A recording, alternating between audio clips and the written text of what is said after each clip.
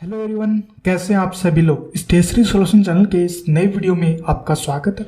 दोस्तों, आज की इस वीडियो में हम डिस्कस करेंगे जो इम्पोर्टेंट टॉपिक है। जो आप अगर जॉब देख रहे हैं या आप कंपनी को छोड़ रहे हैं तो ये वीडियो आपके लिए बहुत ही इंपॉर्टेंट है। तो आज के इस टॉपिक में डिस्कस करेंगे जो इंपॉर्टेंट टॉपिक डॉक्यूमेंट्स होते हैं जब आप एक कंपनी को ज्वाइन करते हो या छोड़ते हो, तो कौन कौन से डॉक्यूमेंट्स आपके पास होने चाहिए। तो आप एक प्राइवेट सेक्टर में काम करते हैं, तो अगर आप अभी जॉब सर्च कर रहे हैं प्राइवेट सेक्टर में, तो ये वीडियो आपके लिए बहुत ही इंपॉर्टेंट है। अगर अभी तक आपने हमारे चैनल को सब्सक्राइब नहीं किया, सब्सक्राइब जरूर कीजिए और बेल आइकन को जरूर दबाइए, जिससे मिलते हैं आपको ऐसे ही लेटेस्ट अपडेटेड वीडियो।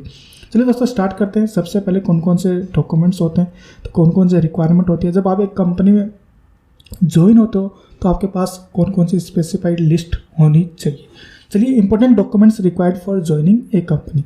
तो अगर आप एक कंपनी में सेलेक्ट हो जाते हैं तो आपको एक एचआर की तरफ से भी मेल आती है। तो जो कई कंपनियां होती हैं, जैसे एचआर की तरफ से आपके पास लिस्ट ऑफ डॉक्यूमेंट्स आपके पास मेल के थ्रू आ जाती है। तो then the concern HR professional intimate necessary action items to be submitted while offering an offer letter, और however preparing through in advance is always be beneficiary move. You never know how much time you take to arrange the formalities for your new job at the edge of the times। तो अगर आपके पास already documents arrange होंगे, आपके पास already bunch होगा कि मुझे ये documents ready रखने, तो आपको ज्वाइन करने में आसानी होगी और आपको परेशानी भी नहीं होगी।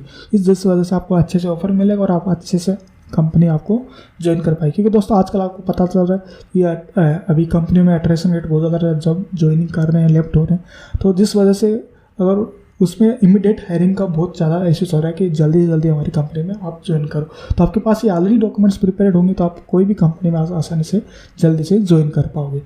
तो अगर आप एक फ्रेशर हैं, तो सबसे पहले आपको कौन कौन से डॉक्यूमेंट्स हैं जो सभी फ्रेशर्स को कैरी ऑन को रखने होते हैं, और वही बेसिकली आपको 90% कंपनी आपसे रिक्वायरमेंट करती है। सबसे पहला होता है कि copy of E Aadhaar card and pan card. E Aadhaar card में अगर आपका डेट ऑफ बर्थ कंप्लीट नहीं है तो वो ठीक करवाएं, क्योंकि उसमें अगर आपके पास अगर आप जब कंपनी में जाओगे और आपने तब चेक करते हो, तब आपके लिए प्रॉब्लम क्रिएट हो सकती है। क्योंकि आपको पता है कि आजकल जो भी बेनिफिट्स मिलते हैं पीएफ एसआईसी की, वो सब बेसिकली आधार के बेसिस पे ही मिलते हैं। अगर आपके आधार में डेट ऑफ बर्थ कंप्लीट नहीं होगी तो आपका पीएफ में इश्यू हो सकता है, तो जिस वजह से आपका यूएन क्रिएट नहीं होगा, जिस वजह से आपकी सैलरी होल्ड हो सकती है और अभी कंपनी आपको हायर भी ना करे।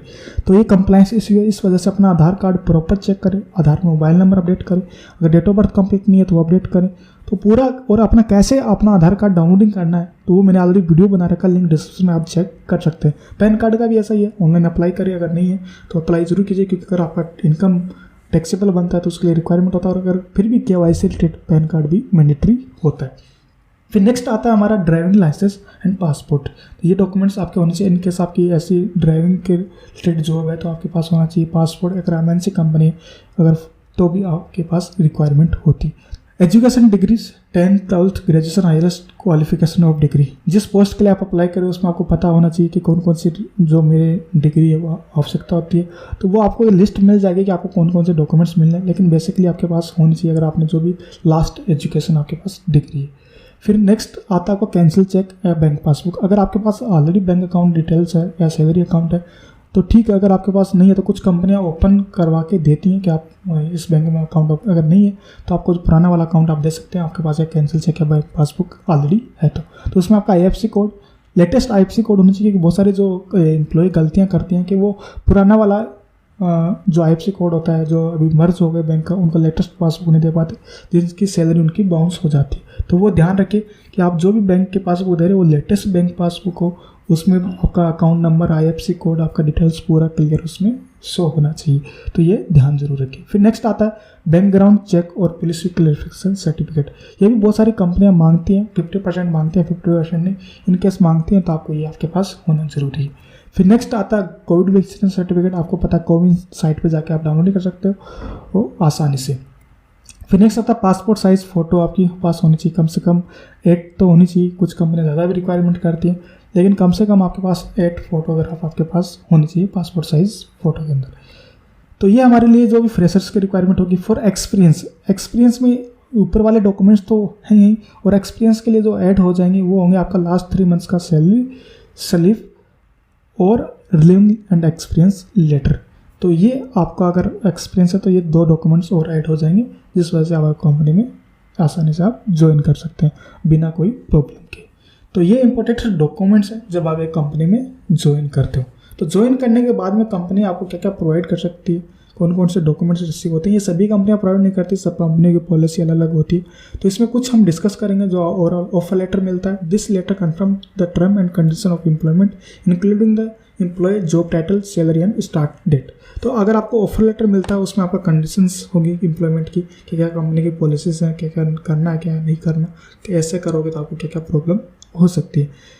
तो इसमें आपका जॉब टाइटल भी हो सकता है, सैलरी भी हो सकता है। कुछ कंपनियां उसमें टर्म एंड कंडीशंस नहीं देती हैं, कुछ देती हैं, और उसमें आपका सबसे पहले ऑफर लेटर, सैलरी और स्टार्ट आपको कब ज्वाइन करना है वो भी आपको उसके बाद मेंशन होगा। तो ये ऑफर लेटर कोई भी कंपनी से ज्वाइन करने से पहले ऑफर लेटर आप जरूर लें। फिर नेक्स्ट आता है एम्प्लॉयमेंट हैंडबुक होती है। This documents contents important information about the company policies and processor including information about benefits, leave and attendance policy. आपको एम्प्लॉय हैंडबुक आपको प्रोवाइड करेगी कंपनी, या HRMS सॉफ्टवेयर होते हैं उन पर भी अपलोड होती है, वो अच्छे से चेक करें आपको कौन कौन से बेनिफिट्स मिलते हैं, क्या लीव रूल्स हैं और अटेंडेंस पॉलिसीज क्या है। तो ये आपके पास होनी चाहिए। अगर नहीं है तो अपने HR से पूछिए और उससे डिस्कस कीजिए कि मेरे क्या क्या बेनिफिट्स हैं।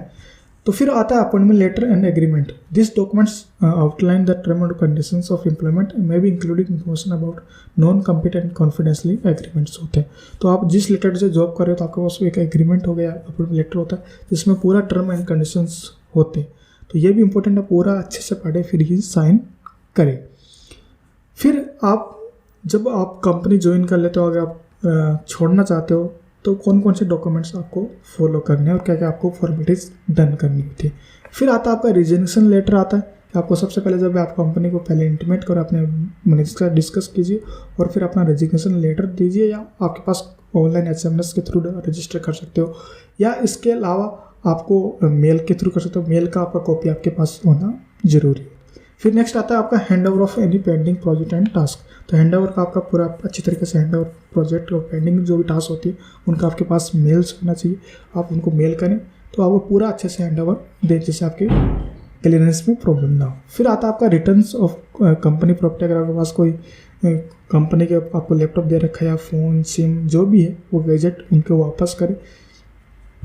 फिर आता है आपका final settlement of salary of benefits, UN, SIC card, bonus, gratuity, आपका कुछ है वो अच्छे से चेक करें, HR से डिस्कस करें, जो आपको बताए कि अगर आपके पास UN में कुछ प्रॉब्लम है, क्योंकि अगर आप ऑलरेडी वर्किंग हो तो उसमें आप आसानी से चेंजेस करवा सकते हो। जैसे PF में आपका नाम करेक्शन हो, फादर करेक्शन हो, या अदर जो KYC है, अगर आप कंपनी में काम करते रहो तो आप इजीली करा पाओगे। छोड़ने के बाद में बहुत ज़्यादा प्रॉब्लम आती है। अगर आपके पास SIC कार्ड कवर हो तो SIC कार्ड लेके जरूर जाएँ। अगर कंपनी के छोड़ने के बाद में आप 6 महीने तक आप बेनिफिट ले सकते हो, लेकिन आपके पास SIC कार्ड होना जरूरी है।